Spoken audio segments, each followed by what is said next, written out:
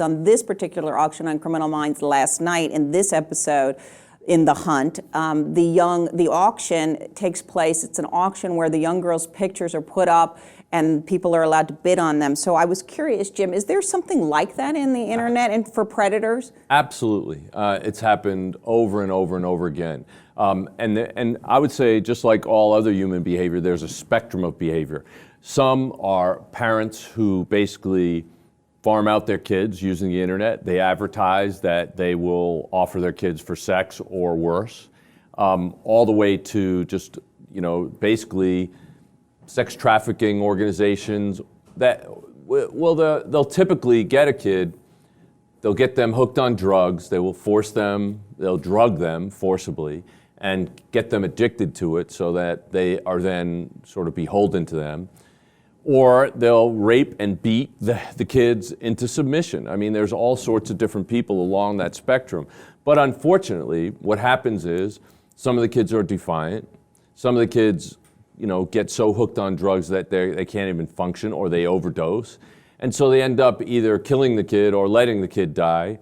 I mean, they're thrown away like trash. And so we took it to sort of that extreme to where he was actually selling them to serial killers. So he liked the hunt. He liked abducting kids, and he liked basically the control that he felt over them. But he wasn't into the messy work of killing them. So he just found other people who were, and he became sort of the broker in between.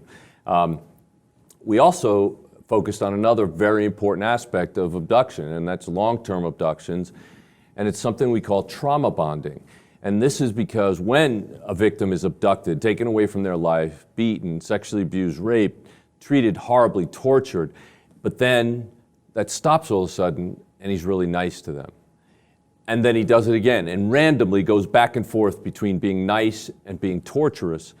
That develops a sort of a pattern in the brain of the victim that says, maybe if I'm nice to him, he'll be nicer to me, and therefore I'm going to do everything he wants me to do. I don't want to go through this torture anymore. And they become bonded, and it's called trauma bonding, and it can actually create a situation like with Elizabeth Smart, where she was free in the community, out in the open, where she could have run away, she could have talked to anybody, asked for help, but she didn't because she had trauma bonded to this guy. And she was afraid for her life, she was afraid what might happen if she tried to escape, but at the same time, her life depended on being obedient to him.